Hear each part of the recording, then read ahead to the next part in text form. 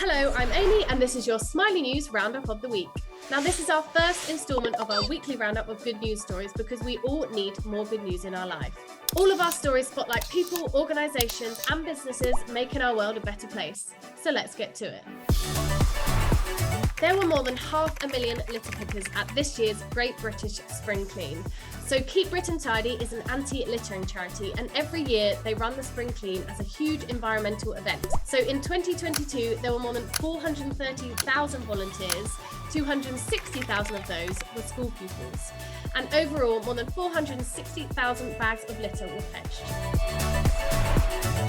A children's author is putting together an anthology of stories to support displaced people in Ukraine. So the author Nikki Young has partnered with the book publisher Soronte and encouraged children to send in their stories. So the anthology is written for children, by children, and all sales from the proceeds of the book will be going to charities supporting displaced people in Ukraine. A young family in Australia are quite literally living in the middle of nowhere in order to help endangered species and try to restore the desert. So Dr. Rebecca West and her husband, Dr. Reese Pedler, are living with their 4-year-old and their 9-month-old in a really remote part of New South Wales. And what the couple are doing are reintroducing locally extinct mammals into the area that haven't been seen in more than a century.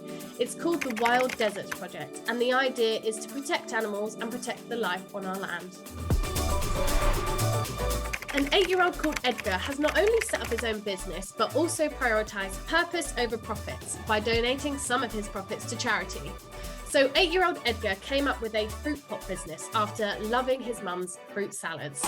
He managed to get them stocked in his local supermarket, Booths. He has sold them at farmers markets. He designed his own logo, but he also wanted to donate hundreds of pounds to a local charity. So Edgar donated £340 to Darien House, a local charity supporting seriously ill children and their families throughout the Northwest. So Edgar really knows how to do business.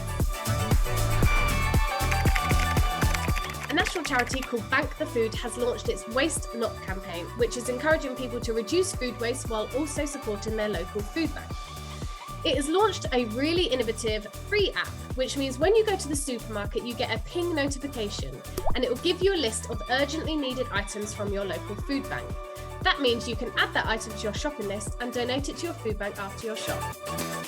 We'll be back next week with another weekly roundup of positive news, and you can check out all the initiatives and charities mentioned in the links below. Make sure you subscribe to get your weekly dose of positive news, or head to smileymovement.org to find out more.